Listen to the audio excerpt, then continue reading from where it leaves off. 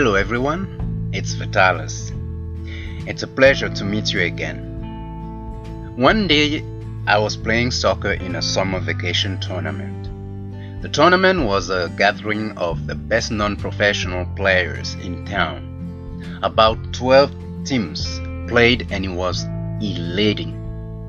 I had stopped practicing soccer for years, so I had lost my reflexes and I wasn't a player in a team, like a main player. I didn't even have a team. But I was hired on the spot to play in one of the best teams among the best. Before telling you how I was hired, let me give you the context.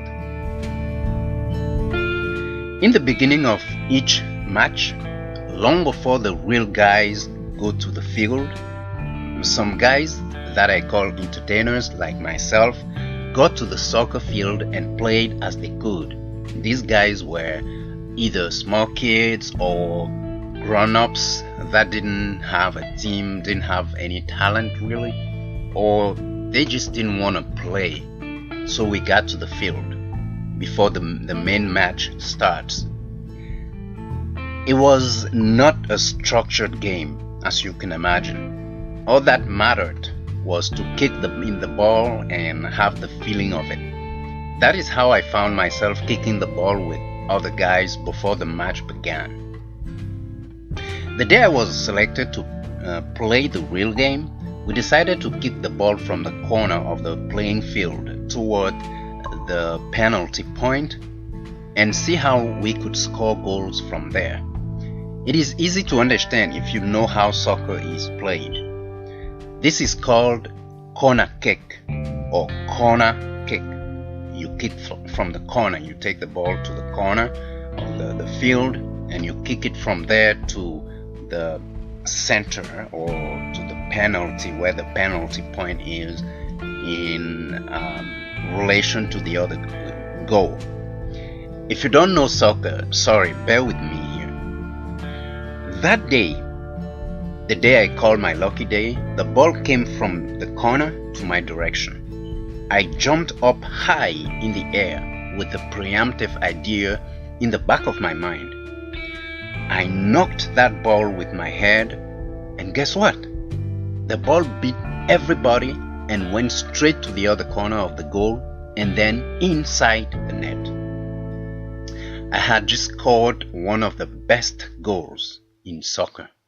Even seasoned soccer players are all excited when they score in this manner.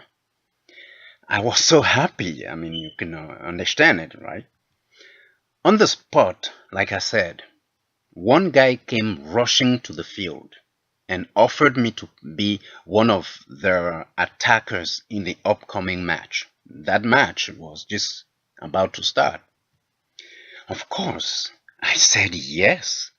Who could turn that down? The best player of the tournament himself negotiated my spot with the coach. Who can beat that?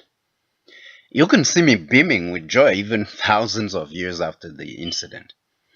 I can remember the number in the back of my jersey t-shirt. Number 14. The symbol number 14 was the symbol of one emblematic captain of our national soccer team, the Indomitable Lions, for those who know. The game began and I was among the first 11 with all eyes on me. I mean, I thought, As soon as the game started, the other team scored. We were running behind. Notwithstanding, when they scored the goal, I said out loud, so everybody can hear. I said that I would fix the problem and score a goal to equalize. The other team laughed at me to the scorn.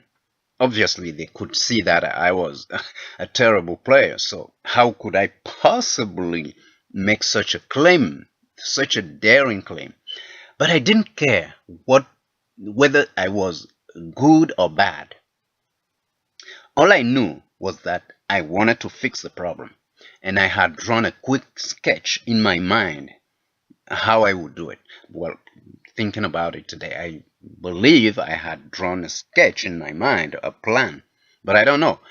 But I had the goal already that I'm going to score a goal today. The first goal to equalize this goal.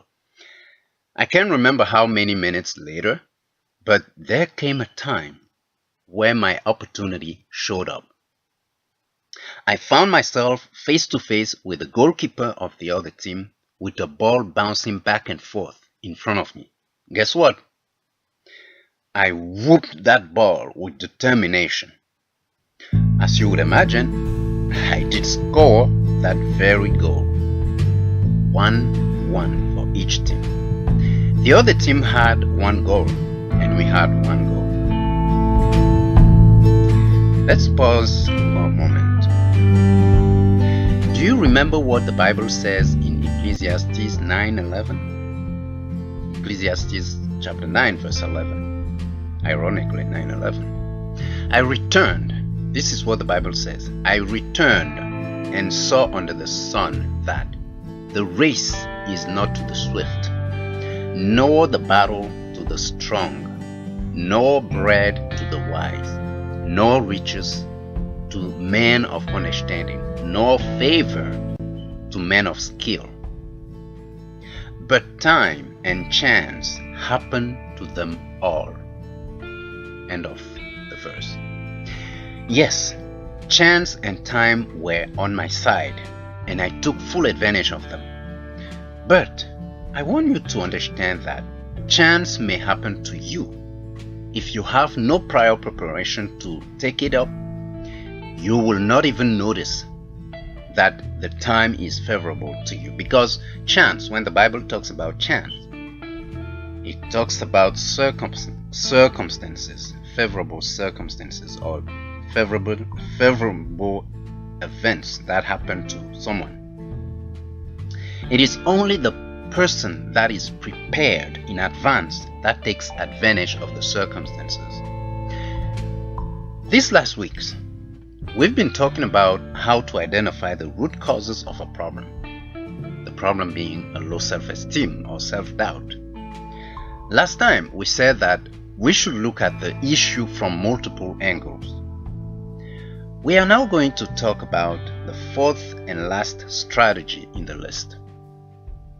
There are certainly many strategies you can use to solve a problem, but we have selected 4.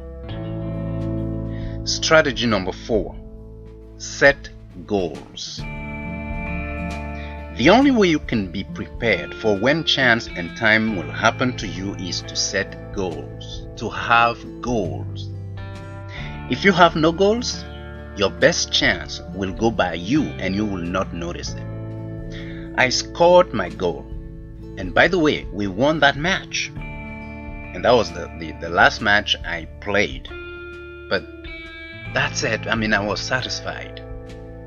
I believe we won 4-1.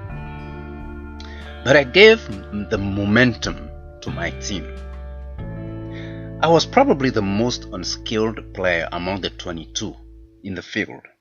I even vividly remember that one time when we were positioning ourselves in the other side of the field, each defender of the other team was appointed to each of our attackers. But I was free. Nobody came to block me. Why? One defender said this word for word. He is negligible. Talking about me. He said I was negligible. And I had just learned in a technology class that when a force is considered negligible, it means its weight is less than 1 gram. For those of you who take metric system. So for these guys, I weighed less than 1 gram. Oh, 1 gram, G-R-A-M, 1 gram, or less than half an ounce for American folks. That was terrible, and that was their assessment of me, but not my assessment of me. I had a goal, and my skills could not justify my failure or my lack of skills. When you have a goal, it doesn't matter what people think of you. It doesn't matter what you know. what you cannot do, or what you have now. What matters is what you know of yourself, what you can do now, and where you are going next. If what you do is in alignment with law and morality, I dare you go ahead and do it.